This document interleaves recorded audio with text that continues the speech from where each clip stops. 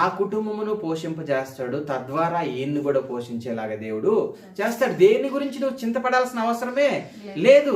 ఎందుకనంటే చూడండి, ఏలి అనుకుంటూ ఉన్నాడు, అమ్మో నా జీవితం ఇంతటితో అయిపోయింది, నేను ఏం చేయాలని చెప్పుడు, నువ్వు ఫలానా ప్రాంతమును నువ్వు వెళ్ళు, కేరోతు వాగు దగ్గర నువ్వు దాక్కు, అక్కడ పోయి వెయిట్ చేయి, నీకు కావాల్సిన సర్వ సమృద్ధి నేను నీకు ఇస్తానన్నాడు. హల్లెలూయా.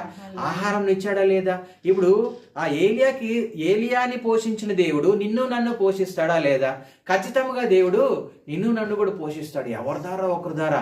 అయితే చూడండి, ఒక ఆయనంట, ఒక ప్రార్థనాపరుడు ఏం చేస్తూ ఉన్నాడు అంటే చూడు, ఆయనకి ఎలాంటి సంపాదన లేదు, ఎలాంటి ఆస్తి లేదు, ఎలాంటి అంతస్తు లేదు, ఒక చెట్టు కింద కూర్చొని ఉన్నాడంట.